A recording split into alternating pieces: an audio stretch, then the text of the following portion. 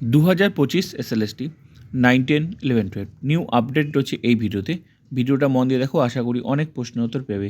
এই মুহূর্তে কতগুলি গুরুত্বপূর্ণ আপডেট দেবো, প্লিজ তোমরা ভিডিওটা মন দিয়ে দেখো।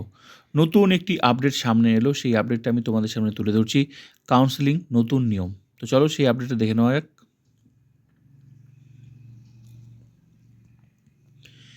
এবছরই প্রথম স্কুল ভিত্তিক সংরক্ষণের পরিবর্তে মিশ্র মেধাতালিকা বা কম্বাইন্ড মেরিট লিস্টের মাধ্যমে ওপেন কাউন্সেলিংয়ের আয়োজন করা হচ্ছে। এতে স্কুল বাছাইয়ে প্রার্থীদের সুবিধা হবে বলে মনে করছে বিশেষজ্ঞ মহল। সূত্রের খবর, জাতিভিত্তিক সংরক্ষণের বদলে মেধার ভিত্তিতে র্যাঙ্ক তারাই আগে স্কুল বাছাইয়ে ডাক পাবেন।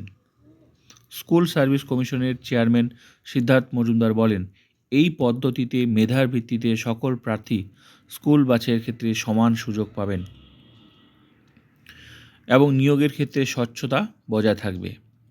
নিয়ম অনুযায়ী কোনো নির্দিষ্ট বিভাগের সর্বোচ্চ র্যাঙ্কে থাকা প্রার্থী সেই একই বিভাগের নিম্নতর র্যাঙ্কধারী প্রার্থীর তুলনায় স্কুল বাছাইয়ে অনেক বেশি বিকল্প ও সুযোগ পাবেন।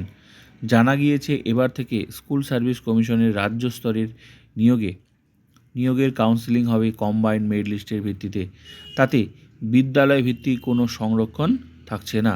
সিএমএল অনুযায়ী সাধারণ বিভাগের পুরুষ প্রার্থীরা শুধু বালক এবং সহ পাঠক্রমিক বিদ্যালয়গুলি বেছে নিতে পারবেন।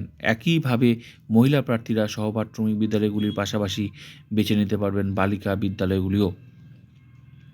কমিশন সূত্রে খবর, আগে অনেক সময় সংরক্ষিত আসন পূর্ণ হতো না। এবার নতুন পদ্ধতিতে কাউন্সেলিং হওয়ায় সেই আশঙ্কা আর থাকছে না। তো এই ছিল নতুন আপডেট, যেটা তোমরা আগে থেকেই জানো।